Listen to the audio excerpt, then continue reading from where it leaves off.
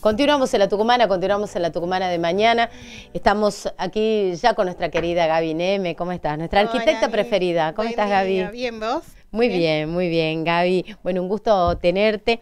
Y es una jornada propicia para hablar de este tema, sin lugar a dudas.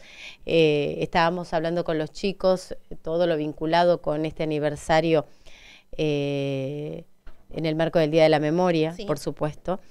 Y vos nos traes un tema también que nos interpela mucho a los argentinos. Así es, Ani.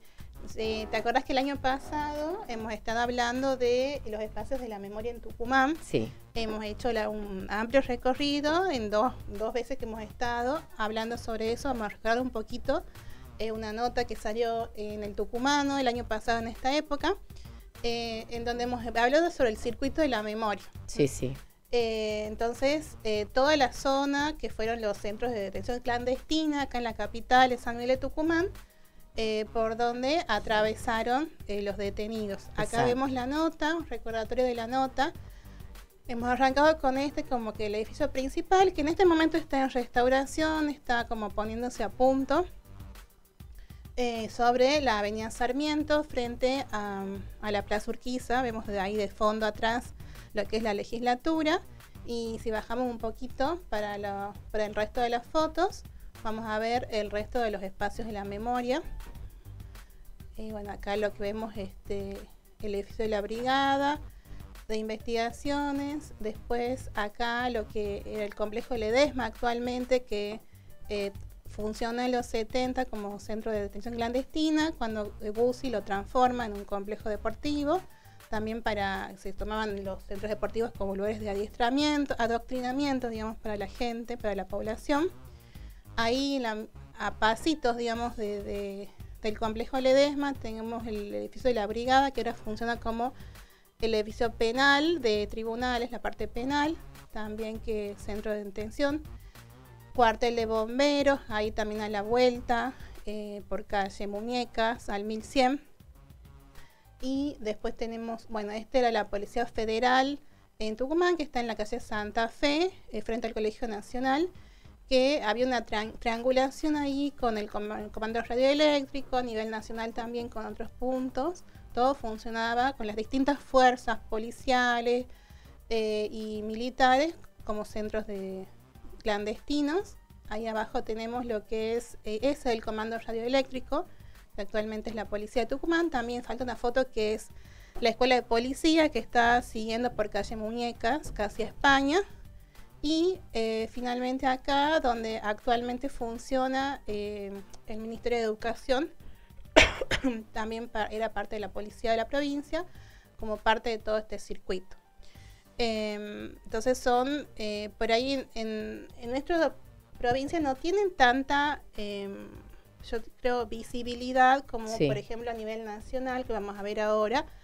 Es como que son puntos aislados que todavía faltan como un reconocimiento, y generalmente, o sea, generar esa conciencia de lo que pasó, digamos, en toda esta zona. Sí, sí.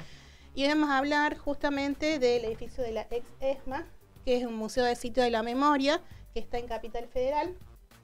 Vamos a ver un planito, sí, está en la zona de Núñez, en Buenos Aires, muy cerca de lo que es la cancha de River, como para que la gente se ubique, a pasitos, digamos, de la cancha de River. Ahí vemos la ubicación.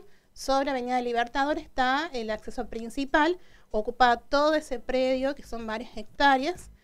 Este es un edificio de la década de los 40, que pertenecía a las Fuerzas Armadas y funcionaba como el casino, digamos, de los integrantes de las Fuerzas Armadas, que era un lugar para el esparcimiento, para los grandes estratos, los estratos más altos, digamos, de las Fuerzas Armadas. Eso es jerga militar, ¿no? O sea, el casino se refiere a un lugar específico de esparcimiento. No es que es literalmente un casino donde hay fichines, esas cosas. Es como, claro, una jerga, como decís vos, León, y donde funcionaba la parte social, digamos, básicamente, pero no de todas las fuerzas, o sea, solamente de los rangos más altos. Que es la época previo la época del gobierno de Perón, más o menos, donde se hace este edificio, que es un edificio muy significativo, que hemos hablado, por ejemplo, de esos edificios que son estilo imperial, se llama, muy imponente, que justamente era para generar en la gente ese sentimiento de control, de sobriedad, de frialdad. Tiene todas esas características este edificio, similar, por ejemplo, al que está donde funciona el fuero penal ahora acá en Tucumán. Vamos a ver después imágenes de lo que es ese edificio para que imaginemos las características que tiene. Entonces, durante la época del proceso militar, como sabemos todos, a partir de los años 70 hasta el 83, funcionó todo este circuito tortuoso de desaparición, tortura y muerte de distintas partes de nuestra población. Bueno, ahí vemos lo que es el frente, ahí vemos Escuela de Mecánica de la Armada, por eso las siglas ESMA, un edificio muy imponente por sus características, por su escala, que impone presencia. Entonces, actualmente funciona como un museo de sitio de la memoria y tiene una triple declaratoria como patrimonio, o sea, totalmente protegido como patrimonio. Por un lado tiene como Monumento Histórico Nacional, que hemos hablado, por ejemplo, nuestra casa histórica, claro, como la casa histórica, a ese nivel. Después tiene como bien cultural del Mercosur y como patrimonio de la UNESCO, o sea, está en el listado mundial de patrimonio de la UNESCO desde el año 2023, o sea, muy reciente es la declaratoria. Entonces, para que tomemos dimensión de la envergadura que tiene este sitio, más allá como edificio, sino como lugar histórico y de memoria. Ahí vemos más en detalle que Joaquín nos muestra. Imponente. Gaby, ¿y cuál es el proceso, cuál es el procedimiento que hay que seguir, por ejemplo, para ingresar, para hacer el recorrido? Mira, actualmente, desde el año 2015, funciona como museo. Sí. Uno puede ir, está abierto para todo público a hacer las visitas y yo todavía no tuve la oportunidad de visitarlo, pero sí sé que es muy impactante la muestra que se ha armado ahí, porque no solo se quiere contar historias, sino que uno experimente las sensaciones, los sentimientos que han atravesado la gente que ha sido detenida y enclaustrada en este lugar. Claro. Entonces es un lugar muy movilizante, dicen, para inmenso, visitar. Inmenso. Y funciona como un centro educativo también. Entonces se hacen investigaciones, se hace docencia, sobre todo para que las generaciones futuras tomen conciencia y contacto con lo que fue toda esta época tan oscura de nuestra historia. Entonces es para mí un lugar que se ha aprovechado muy bien, y es más, es muy interesante el proceso, como siempre hablamos de patrimonio, el proceso que se ha hecho, se han tomado decisiones. Desde el patrimonio se llama acciones de reversibilidad, o sea, lo que vos hagas sobre el edificio sea reversible, que no sea cambio, que no sea invasivo, digamos. ¿Por qué? Porque se ha decidido, esto en el 2004, las Fuerzas Armadas lo ceden ya como al edificio, al Estado, pero lo ceden vacío. Entonces, como no había nada adentro, digamos. Entonces, para poder saber lo que había pasado ahí adentro, ir reconstruyendo la historia de este lugar, se empezó a tomar testimonio de la gente que ha estado ahí detenida y ha podido sobrevivir, digamos, a todo esto. Entonces se han ido reconstruyendo cada una de las partes de este edificio. Y se tomó desde el patrimonio la decisión de conservar tal cual estaba todo. Lo que estaba roto, lo que estaba dañado, las piezas que faltaban, los lugares, como para que sean testimonio vivo de lo que estaba ahí. No se decidió dejarlo como estaba lindo y perfecto, sino justamente al contrario. Entonces que uno tenga la cruda realidad de cómo ha sido esto y cada uno de estos espacios. Y me pareció una decisión muy buena.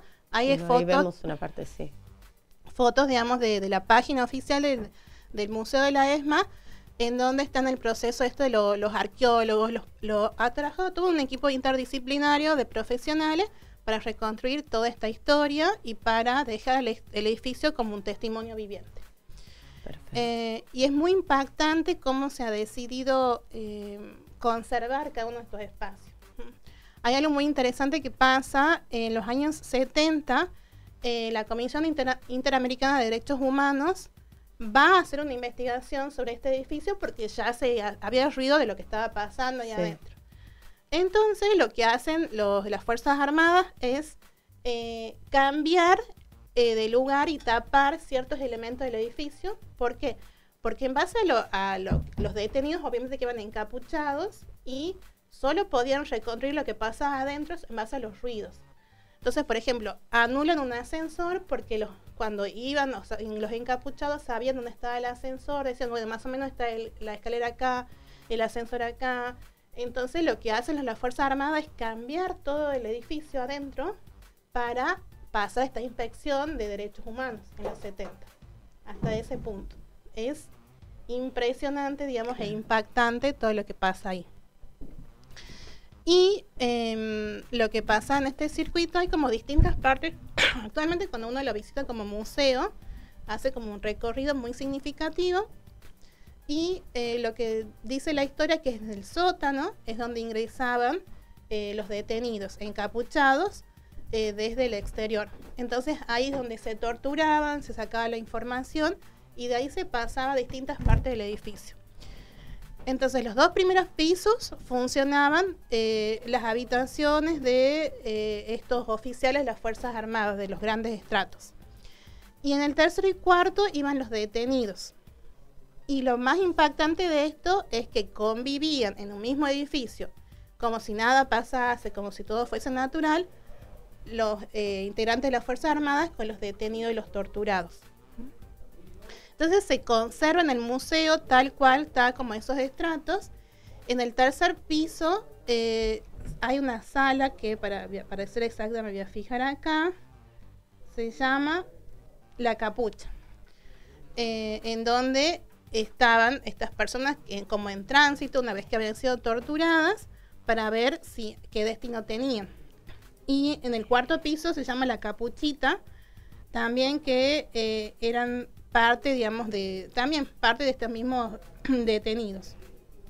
Hay una parte que estaban las embarazadas, que es como sabemos, donde se esperaba hasta que den a luz para finalmente hacerlas desaparecer, que le llamaban como un hospital, digamos, de Buenos Aires, que no me sale en este momento. Después había otra parte que se llamaba El Pañol. El Pañol, en la jerga, digamos, de las Fuerzas Armadas, el lugar donde se conservaban todos los suministros, digamos. Entonces ahí estaban todos los objetos de los detenidos que robaban, digamos, las Fuerzas Armadas. O sea, todos los objetos de valor, hasta como por ejemplo, no sé, hasta caballos, o sea, todo lo que poseían, digamos, la gente que era secuestrada, iba acumulado de ahí para beneficio de las Fuerzas Armadas. Que por lo general eran víctimas que, digamos, se secuestraba a la familia entera, ¿no? En algún punto. Entonces, una casa quedaba vacía y bueno, aprovechaban ese vacío justamente, claro, para saquearla. Exactamente. ¿No? Y dejarla sin su patrimonio, digamos, porque nadie iba a reclamar tampoco después. Bueno, después había una parte que se llama Los Jorges, porque dice que coincidían en muchos de estos altos comandantes de las Fuerzas Armadas, se llamaban Jorge. Entonces funcionaban ahí los despachos, digamos, de estos integrantes de las Fuerzas Armadas. Entonces se decidió dentro de la muestra museográfica llamar este lugar Los Jorges. Después había un lugar que se llamaba el Salón Dorado, en donde transcurría como la parte social, recreativa, digamos, de todo esto, que se deja tal cual está. Y después había una parte, como una casa, la Casa del Almirante, que está como un anexo a este edificio principal de la ESMA, donde estaba el comandante principal del Almirante, y también se dejó tal cual está. Entonces realmente me parece súper interesante cómo se ha decidido, las decisiones que se han tomado para esta muestra y este montaje de la museográfico, en donde realmente sacar la esencia de cada lugar y poder mostrárselo, digamos, a la gente. Gaby, y hacia abajo no había el sótano, subsuelo, que sí, tengo entendido, hay un libro que se llama... Pero lo íbamos viendo en imágenes, un videíto, sí, que es de la página, digamos, del museo, que es como muy interesante, digamos, que es muy cortito y muestra el relato de lo que se muestra, digamos, en este lugar. En Recuerdo de la Muerte, me parece que es de Miguel Bonazo, él reconstruye la historia de una persona que tuvo secuestrada ahí, en la ESMA, y cuenta que había un lugar, que creo que era en el sótano, en un subsuelo, donde había como un taller clandestino de falsificación de documentos. En el sótano. Y pasaportes. En el sótano, cuando ingresaban los detenidos, se los torturaba ahí y también se los hacía los trabajos forzosos. Entonces los trabajos forzosos eran entre eso, hacer documentos falsificados que tenían como una imprenta ahí, distintos elementos, como para generar, digamos, esa documentación. Entonces se conserva también dentro de la muestra del museo el sótano como ese lugar, se lo puede visitar dentro del recorrido también. Y bueno, y es como, y se puede reconstruir el proceso que llevaban los detenidos, aquellos que se enclaustraban en el sótano, se los derivaba al tercer y cuarto piso, al capucho y capuchita, y de ahí el destino que tenían, que sabemos que muchos, por eso las Fuerzas Armadas y los que estaban vinculados con las Fuerzas Aéreas, se los llevaba en avión y se los tiraba al Río de la Plata, y ahí se los hacía desaparecer. Todo esto está muy, muy bien relatado en este lugar de sitio, y hay mucho del testimonio de la gente que sobrevivió y se toma mucho del juicio de la Junta de 1985 también, de esos testimonios para armar la muestra, y también cuando se harán los archivos del 2004 para poder montarlo. Ahí vemos los nombres de los desaparecidos también están ahí. Así que me pareció como muy interesante como para reconstruir en este día que hemos conmemorado ayer, y enganchando con lo que hemos hablado ya previamente el año pasado, como este lugar patrimonial, como les he dicho al principio, tiene triple declaratoria como patrimonio por el significado histórico, cultural, testimonial que tiene. Perfecto, Gaby. Bueno, y también recordar que es un edificio que está abierto para todos, ¿no? Exacto. Es como un museo más de nuestro país, que se lo puede visitar libremente en cualquier momento. Yo creo que es gratuito también. Bien, perfecto. Bueno, Gaby, gracias. Gracias, siempre nos encanta tenerte. Si bien es un tema muy, muy sensible para todos los argentinos, pero bueno, queríamos compartirlo también. Pocos conocemos el Museo de la ESMA, ¿no? Sí, me parece bueno, o sea, con el mayor respeto hemos intentado hablar de esto por el significado que tiene, pero también como para que vos decís, como decís, la gente tome conciencia de que existe un lugar así, muchos no lo saben, y si uno tiene la oportunidad de ir a Buenos Aires y hacer un paseo, que esto esté incluido dentro de los paseos que uno hagamos, porque es muy significativo, y sobre todo, como digo, para las nuevas generaciones que por ahí ya están más alejadas del tiempo histórico de lo que fue el proceso militar y no tienen tanta conciencia de lo que significó. Claro, y ahí está el mensaje, el legado que dejamos nosotros los más grandes, ¿no? Exacto, sí. Y que es para mí una muy buena decisión que se haya hecho este museo. Bueno, Gaby, gracias. A vos, Anita, que tengas linda semana y que mejores. Gracias, muchas gracias. Nosotros seguimos en La Tucumana de mañana. Ya han pasado 52 minutos de las 9. Tenemos más música, pausa cortita y ya venimos. ¿Querés escuchar tu voz